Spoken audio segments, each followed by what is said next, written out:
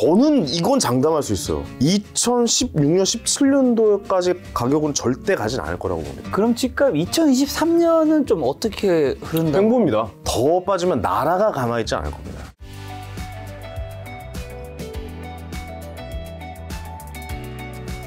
부동산. 저 사실 부동산을 더 좋아해요. 그렇죠. 예. 부동산은 특히나 또 자산에 또 많이 불리셨으니까. 그렇죠. 제가 알고 있기로 부동산 성동구, 용산구, 신길동 재개발 이렇게 네. 3개 정도 가지고 있는 걸로 알고 있는데 맞나요? 예.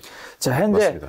부동산 시장 최근 분위기 좀 어떻게 보고 계세요? 지금 어느 지점에 와 있을까? 어쨌든 하락은 이제 올해 상반기까지만 해도 사실 작년 말에는 여전히 상승 논제가 좀 더 많았던 것 같고요. 네네, 올해 상반기 때는 이제 1분기 때는 상승 하락이 막 싸웠었던 것 같아요. 그렇죠. 근데 2분기 가더니 하락이 좀 더 앞서더니 갑자기 3분기 때는 그냥 다 하락. 분위기 이렇게 가더라고요. 아, 이제 한 가지만 여쭤볼게요. 네. 그럼 언제까지 오를 거라고 생각을 했던 거예요, 도대체? 사람들은? 김 작가님은 언제까지 오를 거라고 생각한 거예요, 도대체? 언제까지요? 네, 이렇게 계속 오를 수가 있나요? 없죠.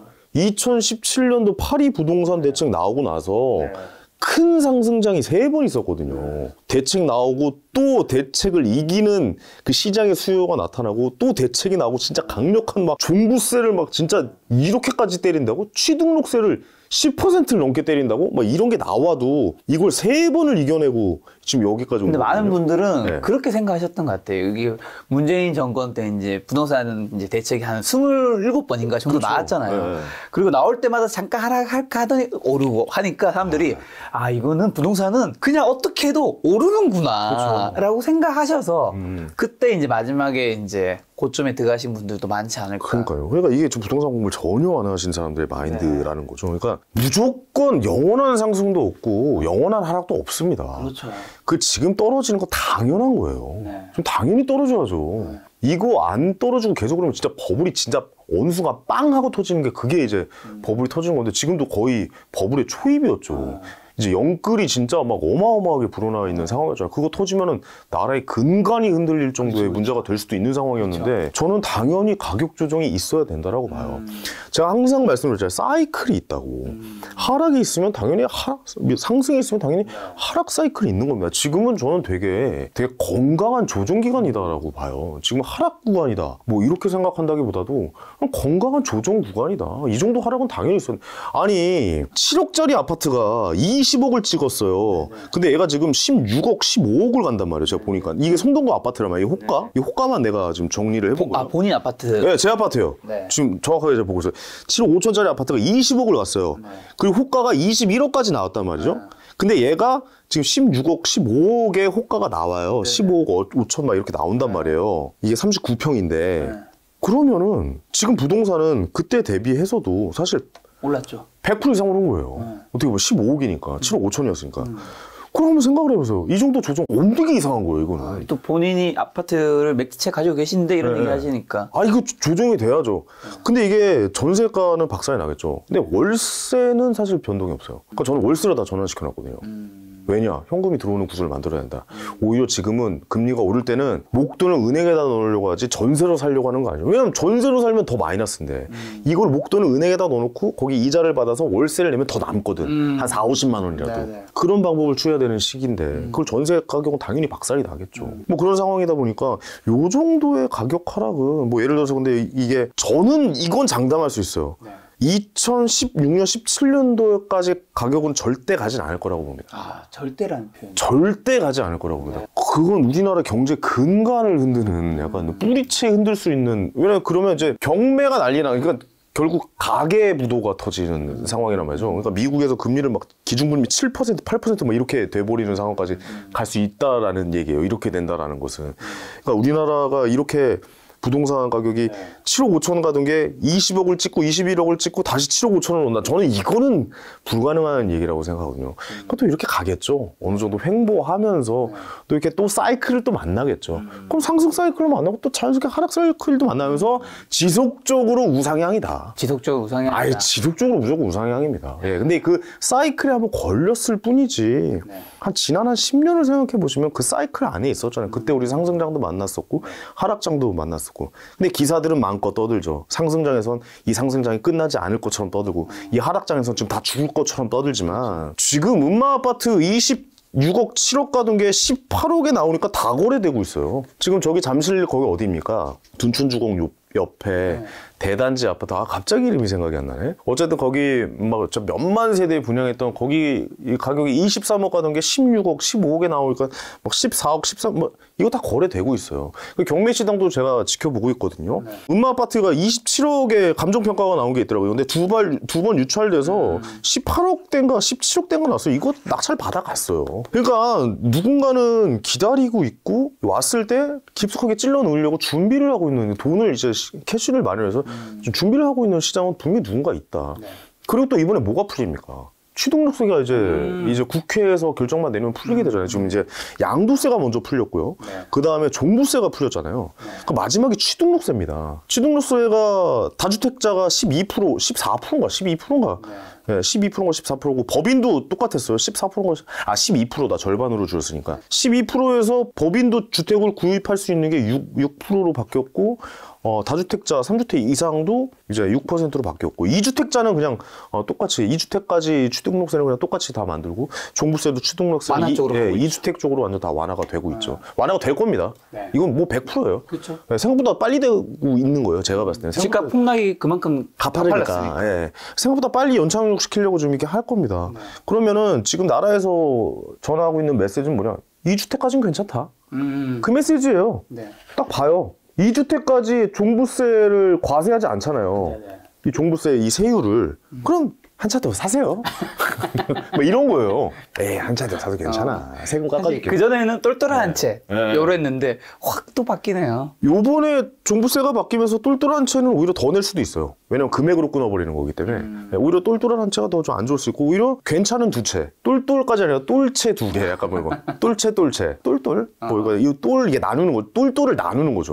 2주택까지는 그렇게 해도 된다라고 이야기가 슬슬 나오고 있잖아요. 그럼 이거는 여러분 생각보다 주변에 부자들 많아요. 많죠. 네, 주변에 생각보다 부자들 내 주변에 부자가 많지 않을 뿐이지 네. 부자들은 많죠. 그렇죠. 근데 이렇게 지금 경매 시장도 괜찮은 물건이 나오고 있고, 저는 경매도 또 째려보고 있거든요.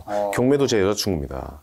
밀당하고 있어요. 경매랑도 밀당을 하고 있는데 괜찮다고 생각하는 물건을 관심 물건에다 올려놓고 계속 지속적으로 본단 말이죠. 한 번 유찰되면 바로 나가요. 한 번 유찰되면 생각보다 정말 낮은 금액에 채가지는 않더라고요. 뭐 근데 진짜 부동산이 박살나기 시작할 때라고 이야기를 하는 것은 한 번 유찰하고 두 번 유찰하고 49%, 막 50% 밑으로 떨어질 때 그때가 이제 박살이 나는 시기거든요. 그 저는 당당하게 말씀드릴 수 있는 부동산의 예, 내용 중에 하나는 2016년, 17년도에 금액으로 가지 않을 것이다. 거기까지는 가지 않을 거기까지 가지는 않을 것이다. 예, 지금 뭐 아까 말씀드렸던 7억 5천원짜리 집이 20억까지가 21억까지 찍고 16억, 15억인데 한 13억, 14억까지는 가겠죠.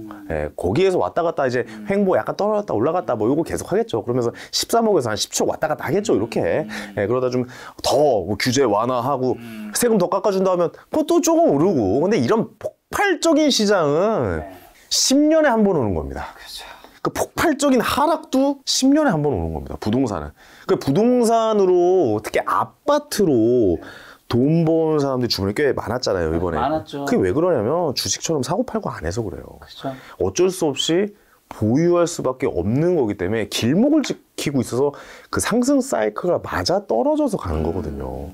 그런 거를 좀 잘 생각을 해보셔야 될 게, 그래서 이것도 좀 잘 생각을 하셔야 될 게, 패닉 바잉이 있었잖아요. 있었죠. 패닉 바잉. 그리고 또 아직 경제에 좀 익숙하지 않았던 20대, 30대들의 좀 패닉 바잉이 있긴 있었어. 영끌족들부터 해가지고.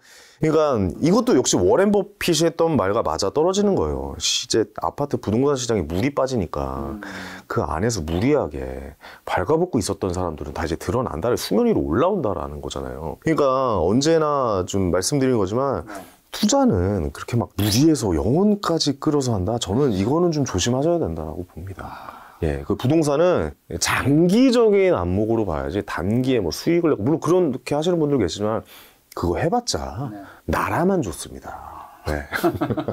세금 걷어가고 세금도 많이 냅니다.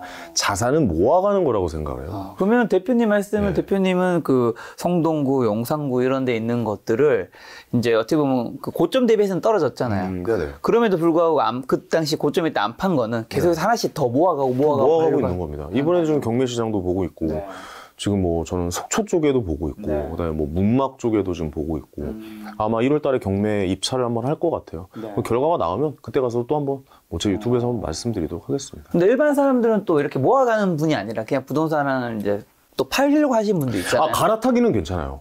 갈아타기 수요는 지금은 어떤 시장이냐면 갈아타기 하기 좋은 시장이에요. 지금이요? 네, 저는 지금은 괜찮다고 사실 봐요. 갈아타기 되게 타면 좋지만 그렇죠. 현실적으로 갈아타기가 되게 쉽지 않은 시장이라고 많이 얘기해요. 잘 안 팔리죠. 안 팔리니까. 아파트가 그러니까 아파트가 가격이 떨어진 건 단순해요. 그러니까 내가 어떤 가격이 나왔잖아요. 근데 안 팔리니까 급한 사람들이 던진단 말이죠. 그럼 급한 사람들이 이 위로는 안 던져요. 밑으로 던지죠. 이 가격은 내 거 더 빨리 팔아야 되고 밑으로 던진단 말이죠. 그럼 얘가 더 급하면 또 더 밑으로 가고 그 매물이 또 쌓이고 나 대출금 이거 도저히 안 되겠다. 나 파산할 것 같아. 이거 경매 넘어갈 것 같아. 그러면 더 밑으로 나오고 이래서 가격이 점점 밑으로 내려가는 거란 말이죠. 근데 이게 뭐냐면 이 가격이 형성되는 것은 결국 급한 사람들이 팔 수밖에 없는 시장이라는 거죠. 그래서 저는 지금 어떤 의미에서는 급한 사람들이 판다기보다도 약간 여유를 갖고 시간을 두고 팔고 저는 이 갈아타기 했으니까 상급지로 갈아타는 좋은 시간이 될 수 있다. 그리고 경매를 좀 지금 제가 알기로 12월까지 법원도 쉬어요.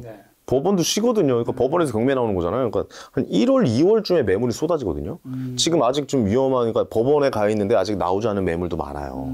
이 법원 경매 물건 중에 1, 2월쯤에 경매도 한번 자세히 보시고 경매의 가장 힘든 시기는 동트기 전이거든요. 지금 이제 금리나 안타까운 이야기지만 금리를 못 버티고 나오는 못 물량들이 버티는 물량들, 있겠죠. 무리하게 투자했던 물량들이 이제 나오겠죠. 그런 물건들을 한번 좀 잘 지켜보셔라. 그럼 갈아타기를 꼭 아파트를 팔고 갈아타기도 있겠지만 뭐 전세를 줘서 갈아타는 방법도 있고 뭐 방법들은 많잖아요. 그러니까 경매를 잡아서 뭐 어떻게 뭐 대체하는 방법도 있고 하여튼 뭐 구체적으로 말씀드려서 제가 뭐 업자는 아니니까요. 뭐 그런 식으로 갈아타기 하기에는 저는 정말 좋은 시기다. 왜냐면 내 거 떨어졌다고 해서 이게 부동산 한 채로 돈 벌기 되게 힘든 게 내 걸로 얘 것도 오르거든요. 이거 갈아타기 더 힘들어요. 근데 내 거 떨어지면 얘는 더 떨어져요. 아파트 가격이 더 크면 더 떨어지겠죠. 그러면 그런 거를 잘 한번 이용해 보시면 좋은 기회가 되지 않을까 자, 싶어요. 그럼 집값 2023년은 좀 어떻게 흐른다? 행보입니다. 행보? 예. 더 크게 지금 하락한다고 오늘 보는 건 아닌가요? 저는 잘 모르겠어요, 이거는. 지금 이 정도 하락이면은 어느 정도 연착륙하지 않을까라는 생각이 들어요. 아까도 말씀드렸지만 더 빠지면 나라가 가만히 있지 않을 겁니다. 네, 왜냐면 이제 죽는 소리 나오거든요. 진짜 곡소리 나오기 시작하면은 지금 세금부터 바로 통과시켜주지 않으면은 아마 지금 국회에서 이거 세금 빨리 이제 완화시켜주고 이러지 않으면은 근데 만약 그런 상태까지 간다면 더 하락되고 뭐 이런다면은 부동산 경기가 흔들리면 사실 경기를 일으키려면 부동산 경기부터 일으켜야 되는 거고 부동산이 막 10억 가던 게 막 3억, 4억 떨어지면 그거 막 그렇게 떨어져라라고 좀 외치는 분들도 많지만 그렇게 떨어지면 나라 망하는 거거든요. 그건 있을 수 없는 일이기 때문에 연착륙 시키려고 점점 더 나라에서 규제도 더 풀고 더 늦추겠죠. 그리고 뭐 조정구역이나 투기금지구역 풀겠죠. 네. 그리고 구청에서 했던 그 뭐라고 하죠? 그 허가제, 토지거래 허가를 풀겠죠. 그것도. 지금 강남 일부, 여의도 뭐 이쪽은 토지거래 허가에 묶여 있잖아요. 그 이쪽도 풀 거예요. 제가 봤을 때. 그 규제를 다 풀어야 사람들 거래가 활발해지고. 심지어 지금 이제 그거 모르시는 분들도 많은데 그러니까 규제지역 풀리는 게 어떤 효과가 있냐면 그러니까 뭐 주택을 하나 샀을 때 대출을 받잖아요. 근데 이 대출 받으면은 기존에 있었던 집을 처분 조건으로 대출을 받는단 말이죠. 근데 규제적 허가되면 이거 안 갚아도 이거 없어. 이거 계약서 찢어버려도 되는 거예요. 그러니까 처분 안 해도 된다라는 얘기죠. 그럼 버틸 수 있는 여력이 좀 생기겠죠. 그러면 하락은 좀 멈추겠죠. 그러니까 더 이상 매물을 던지지 않겠고 근데 대출 풀어야겠죠. DSR 그러니까 사실 대출 뭐 푼다라고 했는데 DSR을 안 풀면 아무 효과가 없는 거거든요. DSR부터 빨리 좀 풀어주기 시작하고 그다음에 토지거래 허가, 규제 지역 풀면 저는 뭐 부동산에 뭐 이 지금같이 폭포수같이 하락하는 것은 멈출 것이다라고 봅니다. 예. 하향이거나 좀 밑으로 내려와서 이제 좀 행보하는 정도. 올라갈까 생각하시는 건 아닌 거고. 약한 횡보. 약한 예, 횡보. 약간 밑으로 내려가는 그런 행보. 예를 들어 7억 5천짜리가 21억까지 갔다가 지금 16억, 15억 하는데 13억, 14억 정도까지는 가겠다. 예, 제 말은 그 이야기죠. 예. 근데 요즘에 이제 하락 얘기하시는 분도 이 하락이 뭐 2027년, 30년까지 장기화 된다라는 사람도 있고 아니다. 2024년 뭐 그 정도 되면 이제 다시 이제 꿈틀거릴 것이다. 인건비, 그 다음에 자재비, 그 다음에 분양 입주도 별로 없고 서울 수도권 같은 경우는 어느 쪽에 더 가까우신 건가요? 저는 사실 너무 큰 하락과 너무 큰 상승을 보이는 건 되게 불안정한 시장이라고 봐서 네. 어느 정도 했으면 연착륙을 해야 된다. 라고 생각하는 게 맞는 것 같아요. 예, 우리나라 경제를 위해서도. 예, 막 7억 5천짜리가 아까 말씀드린 7억 5천을 간다? 이거는 진짜 아찔한 순간이 올 수도 있는 거잖아요. 그럼 못 버티는 물건은 엄청 많을걸요. 그러면 국가가 기관이 흔들리는 그쵸. 일일 수도 있어요. 예. 그럼 다음에 이제 집을 사도 되는 시기는 좀 언제쯤일까요? 바닥을 알 수 있는 뭔가 지표나 신호 같은 거 있나요? 저 누누이 말씀드린 1가구 1주택은 나라에서 준 유일한 혜택이다라고 계속 좀 말씀을 드려요. 그러니까 예를 들어서 아직 분양을 안 받으셨던 분은 이젠 분양 시장이 굉장히 얼어붙겠죠. 지금은 경기가 안 좋은 시기이기 때문에 경매가 화랑인 시기고 분양이 죽는 시기란 말이죠. 왜냐면 분양가 있는 대로 올려놨을 거고 자재비가 올려놨기 때문에 그 자재비를 뽑으려고 건설사에서 분양가를 내리지 않겠죠. 그러면 지금 어떻게 보면은 분양받기 좋은 시기가 올 수도 있어요. 근데 남이 아무도 관심을 안 가질 때거든요. 그럴 때 분양에도 한번 좀 도전을 해보시는 것도 청약 받아도 된다. 저는 한번 도전해 보시는 게 좋지 않을까요? 그거 나라에서 주는 엄청난 혜택입니다. 예, 저는 그 청약 시장을 한번 유심히 좀 째려보시는 것도 좋아요. 지금 왜냐면 청약 시장에 되게 좋은 청약 서울에 요즘에 꽤 있어요. 근데 분양가가 좀 비싸요. 왜냐면 이제 아파트 가격이 굉장히 고가일 때 책정이 되고 그쵸, 그 그쵸. 옆에 뭐 가격에 대비해서 뭐 이런 거를 책정을 했기 때문에 그런 건데 그런 규제가 풀리거나 이러면 아무래도 좀 뭐 중간에 뭐 대출금이라든가 이런 것도 좀 이렇게 아파트가 하락하면 뭐 갑자기 그 아파트 회사에서 행사도 할 수 있거든요. 뭐 예를 들어서 뭐 3년 살아보시고 나중에 돈을 주세요. 막 이런 거 나올 수도 있어요. 옛날에 그 식사동 일산 식사동 아파트 거기 보면은 막 그런 거 되게 많았어요. 그쪽에 아파트도 뭐 살아보고 나중에 돈 내세요. 것도 있었고 이제 중도금 60% 뭐 무이자 이런 것도 이제 풀리면은 나올 수도 있는 거고. 그럼 뭐 건설사에서 뭐 테라스를 뭐 무료로 늘려드립니다. 이건 뭐 이제 나오겠죠. 나오겠죠. 네, 뭐 그런 물건들, 그 미분양 나오기 시작하면은 이제 그런 것도 한번 잘 지켜보셨다가 여러분들 항상 말씀드리지만 그 상승장에 살려고 하시잖아요. 그거 사기 되게 힘듭니다. 그때 당시 청약 하잖아요. 그 청약 안 돼요. 청약가 좀 75점 이상 돼야지 막 청약 지난 되고 있어요. 상승장 때는 뭐 서울에는 70점 뭐 네. 돼야지. 75점, 6점 돼야지 서울의 시장이 됐어요. 근데 그거 못 잡습니다. 그때 되면은 다 뛰어들기 때문에 못해요. 그러니까 남이 안 뛰어들 때 하셔야 됩니다.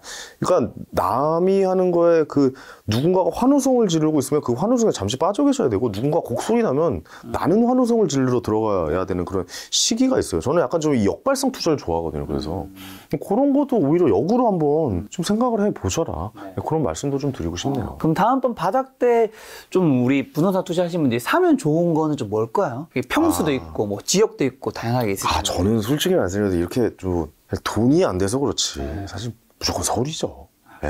무조건 서울이죠. 왜냐면 인구가 이거 인구 얘기 되게 많이 하시는데 되게 좀 험악한 얘기인 것 같아요. 사실 저는 투자하는 사람의 욕망과 싸우지는 말아야 된다라고 보거든요. 그러니까 사람이 기본적으로 누리고 싶은 욕망이 있어요. 예를 들어서 우리가 단칸방에 막 4식구가 살고 그럴 시기가 있었잖아요. 그런 시대가 있었죠. 그런 저희 시대가 아버지 있었죠. 시대. 네, 저희 아버지 시대. 제가 그런 시기에 살았었고 그런 걸 되게 그때는 그런 시기니까 이렇게 사는 게 맞다라고 생각했는데 지금 한번 생각을 해보세요. 다세대 분리합니다. 혼자 40평 살고 싶고 40평보다 더 큰 집 혼자 70평 살고 싶고요. 막 그렇습니다. 그럼 어디에 그렇게 살고 싶은지를 생각을 해보셔야 돼요. 그러니까 결국에 인구가 준다고 해서 세대 수가 준지는 않는다라고 생각을 하거든요. 결국에 지방에 있는 분들은 결국 서울로 올라오고 싶어하는 수가 분명히 있죠. 있죠. 예, 일자리도 서울에 다 있고 그렇다 보면 아무래도 저는 제 예상컨대 이건 뭐 틀릴 수 있으니까 저의 그냥 가볍고 좀 짧은 생각일 수도 있는데 그냥 이렇게 생각하고 넘어가죠. 전 지방은 많이 그 땅들이 좀 남잖아요. 거기 데이터 센터가 엄청 많이 들어올 것 같아요. 이제는 지방에 남는 땅들은 이제 데이터 센터, 빅데이터가 이제 제일 중요하고 뭐 클라우드가 제일 중요하고 자율주행하고 좀 모든 기업이 다 빅데이터를 모으고 있는 상황인데 그런 공장, 빅데이터 공장들 뭐 이런 쪽으로도 많이 생길 것 같아서 그래서 서울로 들어오는 수요는 전 절대 줄어들지 않을 것이다. 그리고 나중으로 한번 생각해 보면 우리 기차가 H라인이라고 해서 저쪽 동해 쪽으로 해가지고 러시아로 가는 기차, 서울로 해서 중국으로 빠지는 기차, 뭐 이런 것도 한번 좀 생각을 해볼 수 있어요. 그러니까 관광객 수요도 한번 좀 생각을 해봐야 되면은 저는 사실 지금 홍콩이 박살이 나고 있거든요. 지금 약간 위상이 흔들리고 있어요. 부동산이 이런 게 왜냐면 서서히 중국화돼 가서 그 수요들이 지금 다 싱가포르로 넘어가고 있거든요. 근데 서울이 옮겨가는 그 수요나 이런 것을 서울이 저는 다 흡수할 수 있을 거라고 보거든요. 근데 만약 육로가 뚫린다면 막 육로로 중국까지 갈 수 있는 막 기차가 막 그냥 되게 꿈 같은 얘기인데 뭐 북한이랑 얘기가 잘 돼야겠지만 뭐 이거 되게 나중 얘기입니다. 저의 뇌피셜이니까 그냥 웃고 넘어가 주시면 되는데 이렇게 H라인 해가지고 여기 러시아로 가는 거 여기 뭐 이게 중국으로 가는 기차 뭐 이런 수요들 그다음에 서울이라는 데가 워낙 또 좋은 도시잖아요. 사실 뭐 요즘 문화가 생성이 되는 곳 아닙니까? 뭐 요즘 한류 그래가지고 드라마 뭐 이런 아이콘들이 그렇죠. 다 서울에 있는데 그럼 그런 사람들 보고 싶어하는 그 수요도 전 세계 사람들이 분명히 있다라는 거죠. 지금 중국 코로나 그거 폐기하자마자 우리나라부터 온다라는 거 아니겠습니까? 그런 여행수도 사실 서울에 많이 가 있을 거 아니겠습니까? 그렇다 보면 저는 서울의 수요는 전 세계적으로도 많이 좀 가능성이 있는 시장이다라고 그럼 어떻게 보면 생각해서. 지방에 계신 분은 투자와 거주를 조금 부동산에서는 구분해서 생각하는 것도 좀 필요하겠네요. 그렇죠. 뭐 필수 생활권이다 생각이 들면 고향이 그쪽이시고 거기 살아야 되겠다라고 생각하시는 분들은 물론 여유 자본이 있으시면은 뭐 이렇게 서울 쪽에다가도 부동산을 좀 구입해 보시는 게 뭐 돈이 없어서 못 사지 사실 뭐 이 얘기는 사실 어떻게 보면 좀 실효성 없는 얘기인 것 같기도 해요. 돈 있으면 다 서울 사죠. 그렇죠. 압구정도 안 살 거예요? 돈 있으면? 사고 싶죠. 압구정도 현대 아파트? 제 생에 압구정동을 살 수 있는 날이 올까? 좀 그런 그래도- 고민이 되네요.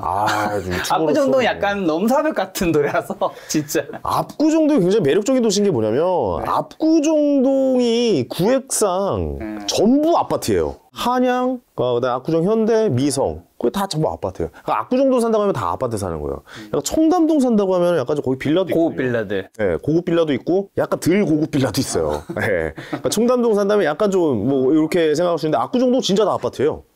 압구정동 거기 진짜 다 아파트예요. 그러니까 압구정동의 굉장히 좀 매력적인 도시죠. 네. 그쪽은 아마 대한민국 1등은 여기가 아닐까 싶습니다. 그죠. 예.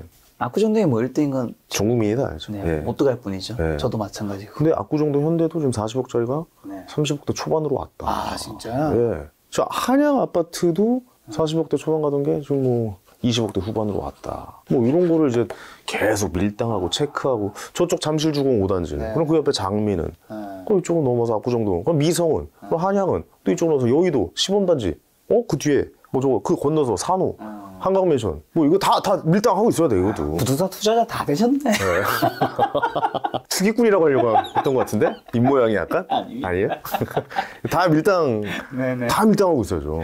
저는 다 보고 있어야 돼요. 요거 하나 묻고 싶어요. 네. 우리가 상승장 때 항상 부동산의 진리처럼 들렸던 거 두 가지가 네네. 하나는 실거주는 언제든지 사도 괜찮다. 이 멘트가 굉장히 많았어요. 많은 전문가들이 진짜 하셨거든요. 네네네. 좀 요즘에 느끼는 거는 우리가 뭐 최고 저점에 살 수는 없겠지만 언제든지 사도 괜찮다? 야, 이건 아닐 수 있겠구나. 아, 정말로. 왜냐하면 이게 취등록세도 많이 나고 주거비용이 생각보다 많이 나가는데 정말 이게 물론 부동산이라는 게 10년 정도 괜찮은 지역에 늘러놓으면 내가 그 하락 맞아도 결국엔 상승장을 맞이하니까 언제든지 사도 괜찮다라고 하는 것 같긴 한데 굳이 근데 잘 생각해 보셔야 되는 게 네. 자가에 살아보셨어요? 아직이요. 아직이죠. 네. 아직 여기도 월세 내죠. 네. 네. 자가에 살아보는 사람의 그 안정감도 무시할 수 없어요. 아, 그쵸, 네, 그러니까 똑같은 돈을 뭐 취등록세 내고 뭐 무슨 관리비 내고 뭐 이게 어떻게 보면 월세랑 비슷할 수도 있어요 사실은 뭐 그런 거 다 따져보면 그 월별로 쪼개가지고 1년에 막 이렇게 해가지고 근데 내 집이 주는 그 안정감의 그 심리 상태가 있어요. 저는 그것도 사실 무시할 수 없다라고 봐요. 저는 그래서 실거주는 무조건 한번 해보셔라라고 좀 권해드리는 거예요. 그러니까 부동산은 내가 그 위에서 가정의 안위와 행복을 누릴 수도 있고 집가 상승도 노릴 수 있고 하락장을 맞이해도 괜찮다? 그럼요. 예, 저는 그것도 뭐 감당 가능한 범위 안에서라는 하나는. 전제라는 겁니다. 그러니까 뭐 내 자녀가 여기서 꿈을 키우고 무럭무럭 자라고 나 역시도 아내와 그쵸. 즐겁게 살 수 있는 그런 공간을 마련한다는 것은 저는 무조건이라고 봅니다.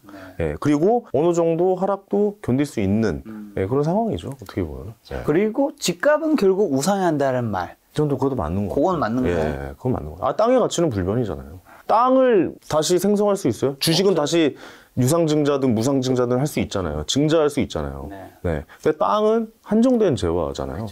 뭐 저기 뭐 서희적 간척 사업하거나 뭐 이러지 않나요? 그거 해도 뭐 예, 그런 것만 빼고도 뭐 뭐 해수면이 올라가고 있다 해서 뭐 이렇게 어떻게 보면 더 줄어들 가능성이 더 높지. 그쵸. 땅이 어디서 뭐 갑자기 화산 폭발을 해서 엄청난 5대6을 더 넘어가는 뭐 이상한 뭐 이런 게 생긴다라고까지 이야기를 할 수는 없잖아요. 그러면 지금 특히 좀 조심해야 되는 주택 좀 어떤 게 있다고 보세요? 지금 젊은 분들은 빌라 전세 계약 좀 조심하셔야죠. 아, 그쵸. 요즘에 뉴스 많이 나오고 있죠. 그렇죠. 그래서 저는 기본적인 부동산 공부를 하셔야 되는 게 뭐 부동산에 무슨 뭐 어떤 무슨 뭐 이런 게 아니라 뭐 부동산 어디가 얼마 뭐 이런 것도 해야 되지만 제일 중요한 거는 등기부 등본 보는 법도 기본적으로 저는 이런 거 저는 중고등학교에서 가르쳐야 된다고 봐요. 맞습니다. 그건 진짜. 네. 뭐 갚고 뭐 약간 왼쪽 오른쪽 해가지고 뭐 여기 누가 어떻게 이런 채무자 채권 관계 무슨 뭐 그러니까. 뭐가 걸려 있고 근저당이 잡혀 있고 뭐 이런 근저당이 뭐야? 이거 누구 이름 같기도 하고 무슨 종근당 아니야? 뭐 이런 사람도 있다니까요. 진짜로.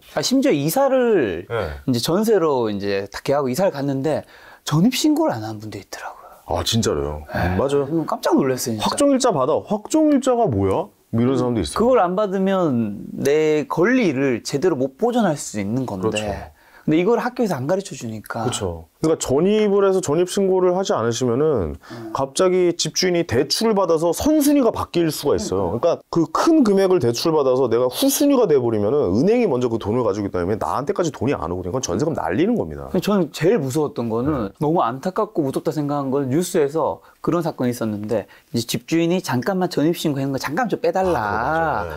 저는 그 집주인도 이상하지만 거기서 너무 순수하게 그거를 잠깐 빼준 분이 그래서 누가 그런 걸 물어보면 공인중개사든 주변에 누구한테 좀 물어보셨으면 맞아요.